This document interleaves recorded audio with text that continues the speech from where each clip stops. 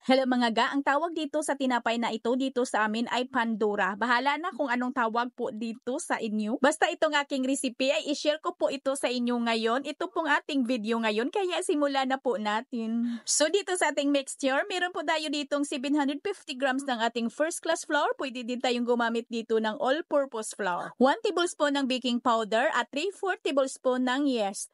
And then mix lang muna natin yan. Gagawa muna tayo dito ng well. Dito po natin ilagay mamaya yung ating iba pang mga ingredients. 1 teaspoon ng iodized salt at 2 in 1/2 cup ng white sugar. Pwede din tayo gumamit dito mga ga ng light brown sugar. 1 tablespoon ng vanilla at 1/3 cup na mantika. Kahit na anong brand ng mantika dito mga ga ay pwede po. At maglagay ako dito ng 2 piraso po na large na itlog.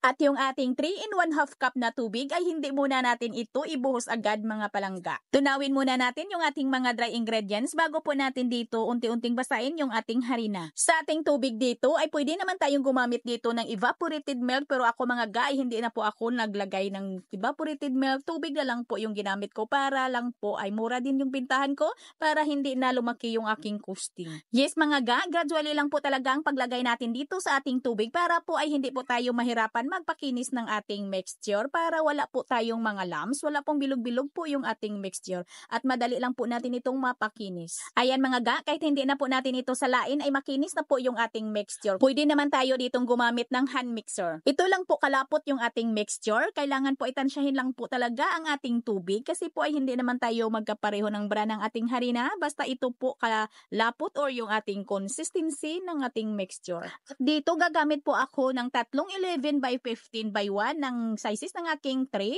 at binanyahan ko lang po yan ng margarine.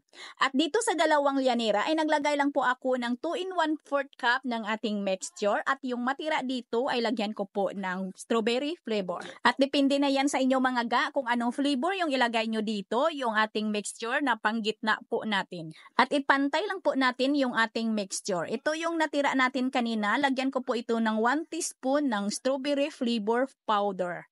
Mga ga, pagkatapos po nating nailagay lahat yung ating mixture dito sa ating lyanera ay hindi po natin ito isalang agad ha. Bali palsahin muna natin yung ating mixture bago po natin isalang. At kahit manipis lang po ito, kailangan po ang apoy dito ay malakas kasi matamis po ito, kasi pag mahinang apoy dito mga ga ay may tendency na titigas po yung ating mixture. At palsahin ko lang ito ng 1 oras at kalahati at bago po natin ito isalang, dapat ay mainit na po yung ating oven.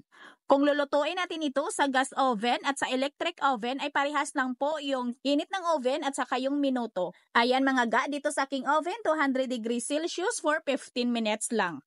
At pagkatapos palamigin lang muna natin ito mga ga. Ito lang mga ga, kanipis yung naluto na po natin na mixture. At dito ay nagpalaman lang po ako ng puro lang po na margarine para po dumikit lang po yung ating mga mixture na naluto.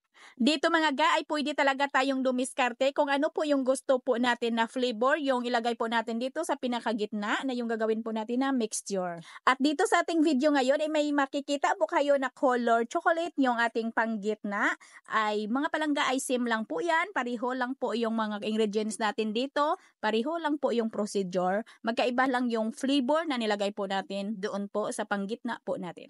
At pagkatapos ay nagdas lang po ako dito ng puti na asukal. Dito lalagyan ko ng asukal at sa kabila din ay lalagyan ko din ng asukal. At pwede na po natin itong hiwain. Kayo nang bahala mga ga kung ano kalaki yung hiwa na gusto po ninyo. Kung ibinta po ninyo ay magkusting lang po kayo.